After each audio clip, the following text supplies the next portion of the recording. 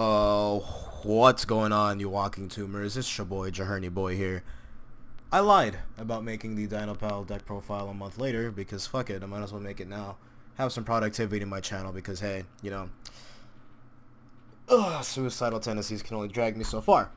That is what I'm working on for about a couple of days. Ever since Sneak Peek, this came up to me. Draco Pal with dinosaurs.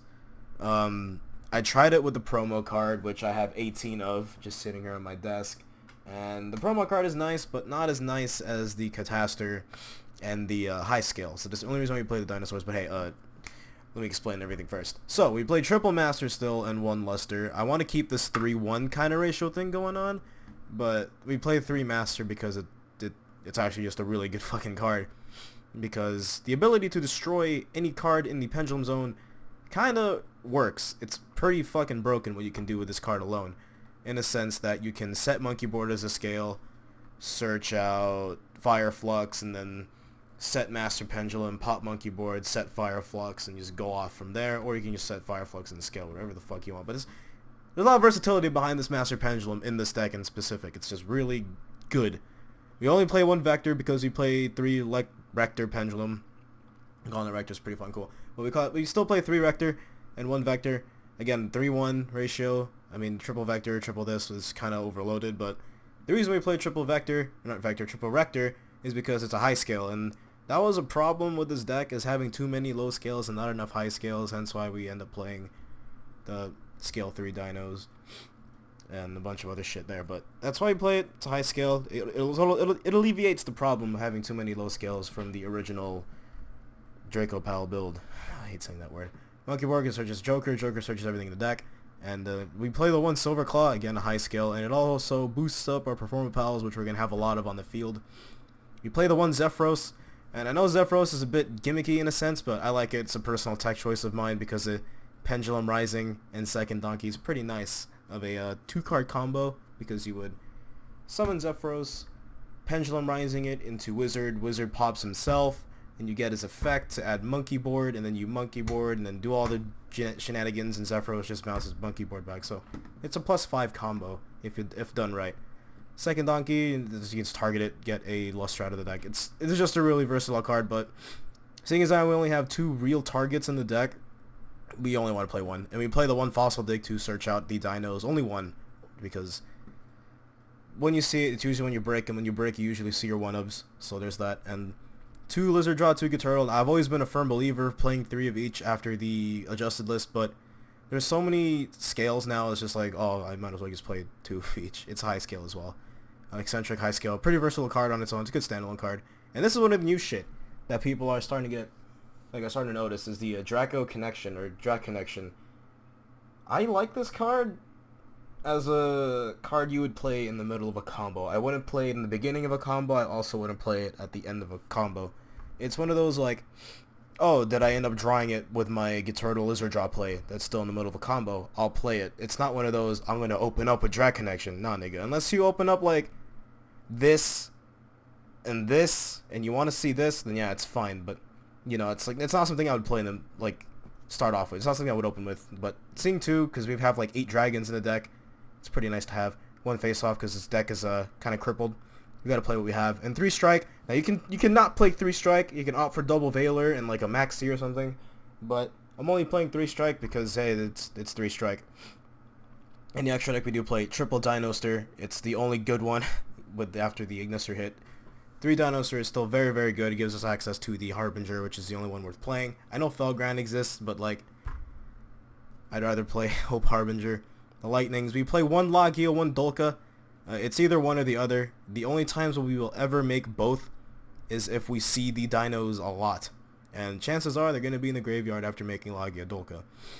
With Giant Hand Castel. I want to replace the Castel for something better, but what are you going to do? Double Paladin, because it's always nice to have. Oh, shit. And then I'm rolling the Dweller. It's very cookie cutter. It doesn't deviate much from the original Draco Pal build or the new ones that you guys are seeing flying around with like Phoenix and Fireflux, but yeah, it's very this is something I want to like try, like mixing with Dino so I can get Lagiadolka. It doesn't really force anything because the low high scale kind of synergizes the deck. It also kind of supports it with the lack of scales after the Monkey Board Joker Luster hit, and also the Luster and also the face off hit. That's kind of why like I wanted to play the Dinos instead. But the reasoning for Fireflux, why I play 3 of it, not only is it high scale, but it's also pretty fucking broken. How you can just negate a battle phase.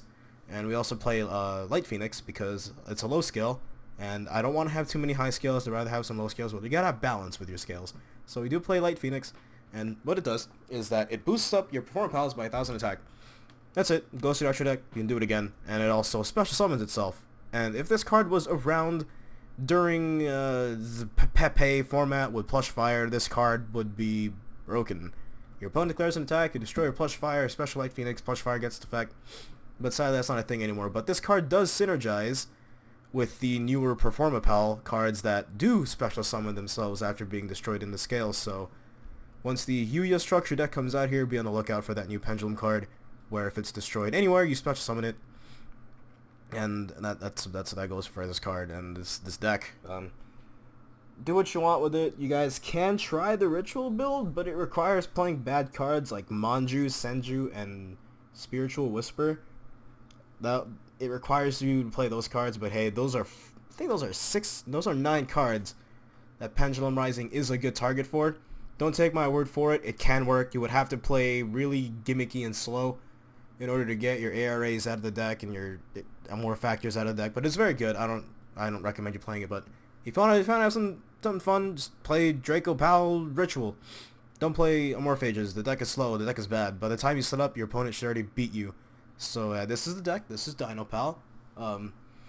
It's probably going to take me longer to make the thumbnail for my videos. I'm probably going to end up making a video about that, like a speed art of my thumbnails, or just a short like 2-minute tutorial on how I make my thumbnails for you guys, because the thumbnails of my videos are really damn loaded. But yeah, this is my deck.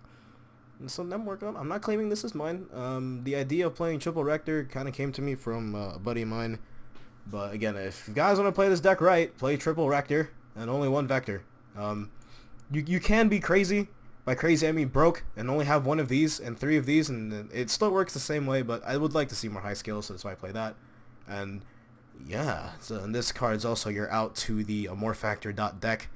Rep tier gets over pretty much anything. It's kind of your win condition against Cosmo, because they kind of can't get over it with anything except Dark Destroyer Pop. But Rep tier just wins the Cosmo match. It also wins every other match. He just outright kills everything. But your matchup should be pretty simple. That's all I gotta say.